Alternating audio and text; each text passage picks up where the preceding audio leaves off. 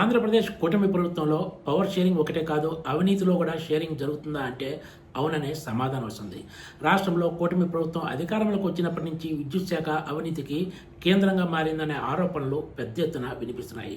దగ్గర ఈ 2 సంవత్సరాల్లో ఏకంగా 20,000 మెగావాట్ల సామర్థ్యానికి కూడిన వివిధ ప్రాజెక్టులకు అనుమతులు మంజూరు చేయడం ద్వారా ఏకంగా కీలక మంత్రికి చెందిన కిమ్ టీం 5,000 కోట్ల రూపాయల మేర వసూళ్లు రాబట్టినట్లు ప్రభుత్వ రాజకీయ వర్గాల్లో పెద్ద ఎత్తున ప్రచారం జరుగుతుంది. దీంతో అన్ని ప్రాజెక్టులు మీకేనా, మాకు ఒక ప్రాజెక్టు కావాలంటూ కూటమిలో భాగస్వామిగా ఉన్న ఒక పార్టీకి చెందిన ఎంపీ ఒకరు రంగంలోకి దిగి పరిస్థితిని చక్కబెట్టారు. దీంతో ఇప్పుడు ఆ పార్టీకి కూడా ఈ సెటిల్మెంట్లో భాగంగా అంటే అవినీతి షేరింగ్లో భాగంగా ఒక భారీ ప్రాజెక్టును కేటాయించినట్లు విద్యుత్ శాఖ వర్గాలు చెప్తున్నాయి.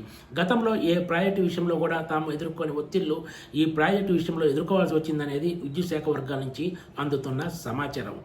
జెన్కోను నిర్వీర్యం చేసే స్థాయిలో ఈ ప్రాజెక్టు అంచనాలను అడ్డగోలుగా పెంచినట్లు విద్యుత్ శాఖ వర్గాలు చెప్తున్నాయి.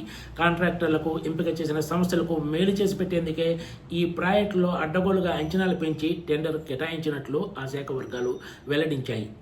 తద్వారా ఈ మొత్తం కూటమిలో ప్రధాన భాగస్వామిగా ఉన్న ఒక పార్టీకి చెందిన నేతలకు వెళ్లే అవకాశం ఉందనేది ఆ శాఖ వర్గాల నుంచి అందుతున్న సమాచారం. ఈ మొత్తం వ్యవహారాన్ని ఆ పార్టీకి చెందిన ఒక ఎంపీనే తమ సన్నిహితులకు చెందిన కంపెనీ ద్వారా కథంతా నడిపించినట్లు విద్యుత్ శాఖ వర్గాలు తెలిపాయి. వాస్తవానికి ఈ ప్రాజెక్టును దక్కించుకునేందుకు ఒక మెగా కంపెనీ ముందే డిపిఆర్ సిద్ధం చేయించడంతో పాటు అన్ని ఏర్పాట్లు చేసుకుంది. కానీ ఎవరు ఊహించిన రీతిలో కూటమిలో భాగస్వామిగా ఉన్న ఒక ప్రధాన పార్టీకి చెందిన ప్రతినిధులు రంగంలోకి దిగి ఈ టెండర్ దక్కించుకోవడం కోసం స్కెచ్ వేశారు.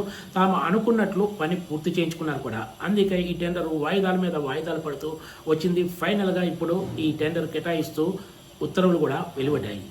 తొలుత ఈ ప్రాజెక్టు అంచనా వ్యయం 5,470 కోట్ల రూపాయలు అయితే ఫైనల్గా తాజాగా ప్రభుత్వం జారీ చేసిన జీవో ప్రకారం ఈ అంచనా వ్యయం ఏకంగా 8,161 కోట్ల రూపాయలకు పెరిగిపోయింది.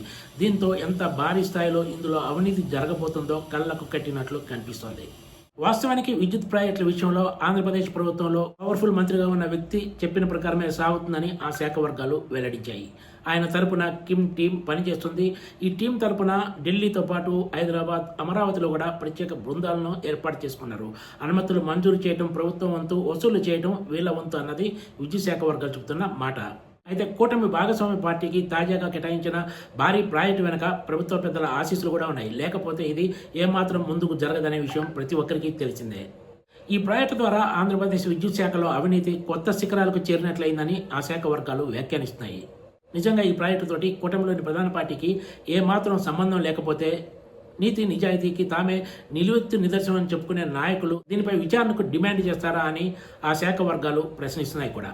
విద్యుత్ శాఖలో నెలకొన్న ఆందోళన చూస్తుంటే ఖచ్చితంగా ఈ ప్రాజెక్టు వ్యవహారం రాబోయే రోజుల్లో కీలక మలుపులు తీసుకునే అవకాశం లేకపోలేదనే చర్చ సాగుతుంది. Please subscribe TCTV.